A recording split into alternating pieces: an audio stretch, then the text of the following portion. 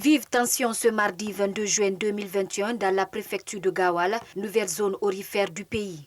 Il s'agit des accrochages qui ont éclaté entre les forces de l'ordre et des orpailleurs clandestins. Pourtant, le gouvernement a interdit l'exploitation de l'or dans cette zone. Selon les informations, certains orpailleurs sont appelés à se rendre chez le préfet. Suite à une plainte déposée à la Cour de justice de la CEDEAO par les avocats du FNDC, le procès des leaders du FNDC Abdourahmane Sano, Ibrahima Diallo, Sékou Koundouno et 5 autres personnes du mouvement contre l'État guinéen s'ouvre le 25 juin 2021, heure d'Abuja. Les avocats Maître Mohamed Traoré, Maître Pépé Lama et Maître Salifou Béavogui sont les avocats qui vont défendre le FNDC. L'État guinéen sera défendu par Maître Joachim Bilimou. Mais l'audience se passera sur une plateforme en ligne dont le lien est communiqué aux avocats des parties selon la Guinée.info.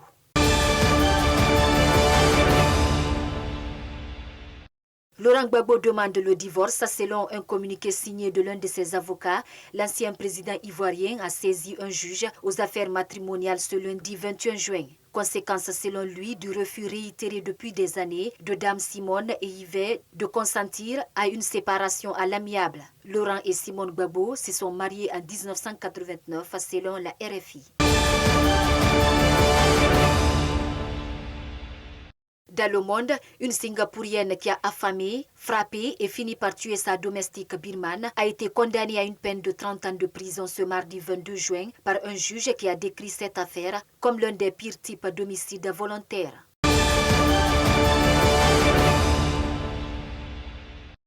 L'un des journaux les plus populaires, Ape Daily, pour ses prises de position très critiques du pouvoir central chinois et ouvertement pro-démocratie, vit sans doute ces dernières heures depuis le raid de la police la semaine dernière. Ce mardi 22 juin, la chef de l'exécutif hongkongais, Carrie Lam, a justifié la procédure judiciaire, assurant que les mesures prises par les autorités ne visaient pas la liberté de la presse.